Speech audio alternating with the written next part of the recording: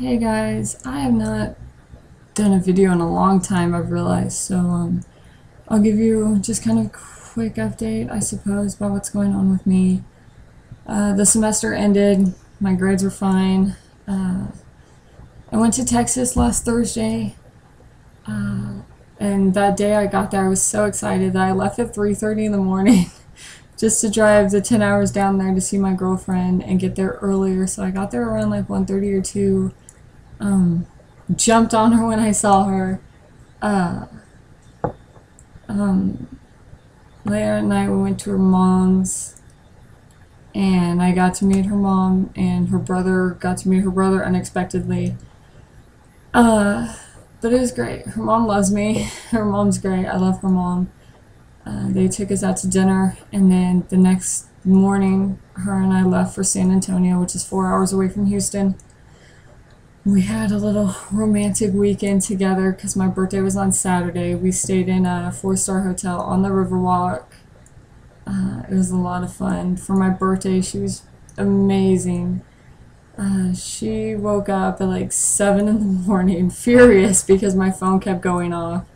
I guess since 3 in the morning, but I sleep through my phone now, so sorry, babe. You know, we had our fun, and then later that day, we walked the Riverwalk. We walked it for like 2.5 hours. It was gorgeous. We went to lunch. I swear to God, people in Texas do not put tequila in their margaritas, but my girlfriend would beg to differ. There was tequila in my margarita, I suppose. But we went to a Mexican restaurant on the Riverwalk, and we went back to the hotel for a little bit. We went to the hot tub and pool that was on the roof. And then, you know, we showered and cleaned up, and then we went to Joe's Crab Shack because we don't have one of those here in Kansas. So that was new for me, and I love seafood, and that was awesome. I loved it. It was great. And she also took me to a mirror maze for a little date, and that was awesome too. That was so much fun. It was so much fun. It really was. It was great. My birthday was great. Sunday we're driving back to Houston, and my grandparents that actually live here in Topeka as well were down there visiting some of my other family, and so we went over to my family's house, and she got to meet my grandparents and my great aunt and my great uncle and my second cousin. So that was good. They all loved her, so that was a relief to me because, you know, I want my family to like my girlfriend. And she was the first girl that's ever met my grandparents and, you know, that family of mine. So that was a big deal, as my girlfriend at least. I was supposed to leave Monday, but her mother and her convinced me to stay until Tuesday. 10 minutes before I got back into town on Tuesday from my 10-hour drive, my mother called me and told me about my uncle being found unresponsive with burns. They airlifted him to KU Medical Center in Kansas City. They did a whole bunch of tests, and they noticed that he had been shot with a nail gun by himself, by someone else, by a freak accident. We don't know.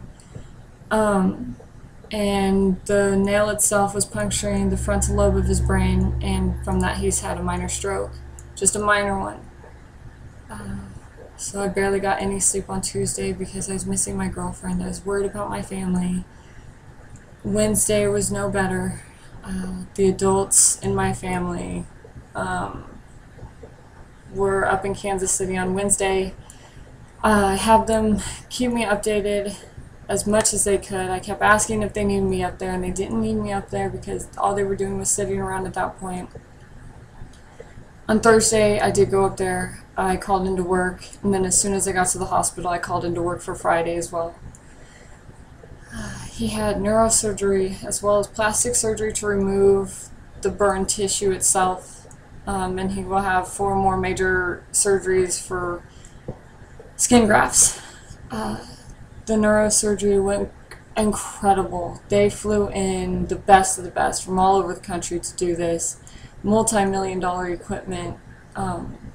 They made sure our family, which is huge, 30 people at least were there, was as comfortable as possible. They gave us a waiting room that had 2 computers with Wi-Fi, a kitchen, a flat screen TV with cable, and a whole bunch of magazine racks. My cousin TJ stole a mat from a gurney, so we had that to lay on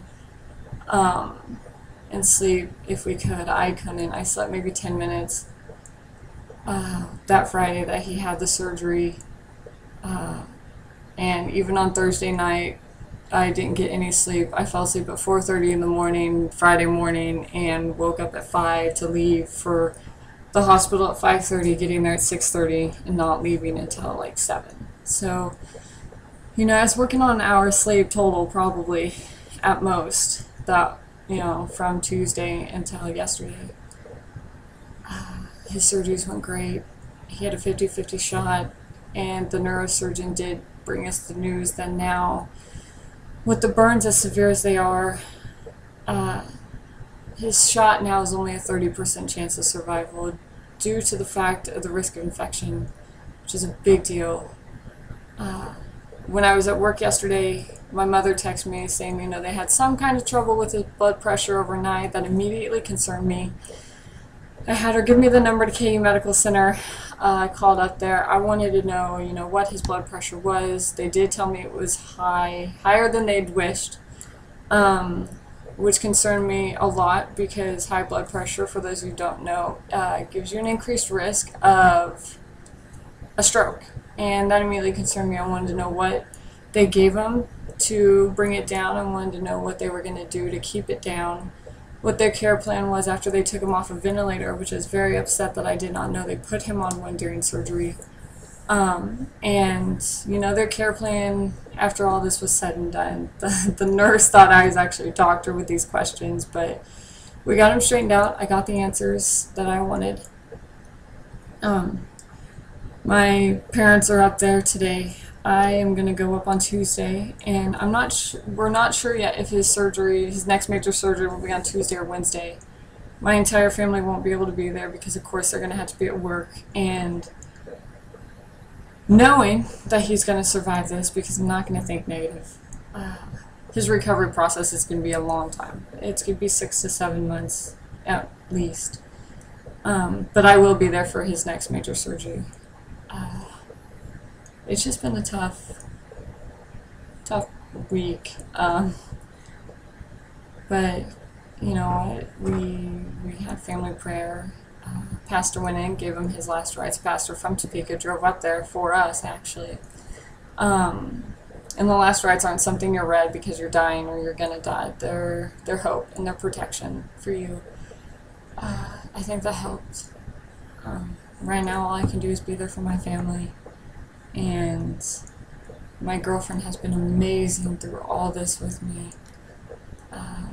We FaceTimed when I was at the hospital after I saw him Friday before his surgery, and I was hysterically crying. I was scared I would never see my uncle again. And my aunt came over and gave me a hug and told me, it'd be okay and he'll be fine. And then I looked over after she walked away, and Courtney, had tears in her eyes and she was wiping them away. And later that night, I asked her why she had tears, and she just said, it kills me knowing that I can't be there and that you're hurting and I can't do anything about it. And so that was so sweet, and I love her so much because that proves so much to me. She's been keeping in contact with my cousin Austin, my uncle's son. He has 4 children. But she's been amazing and so much support for me along with my family. But that's all the update I have for you guys. Sorry my voice is a little raspy. I've, of course, been talking a lot with doctors and my family. They're loud, so you have to kind of shout, and I had to work yesterday, so thank you guys for watching this kind of pointless updated video. If you have any questions, send them to my Askbox on Tumblr. You guys are amazing and wonderful, and I hope you have a safe and awesome Memorial Day weekend. Enjoy it. Please don't drink and drive. Be safe. You guys are great, and thank you.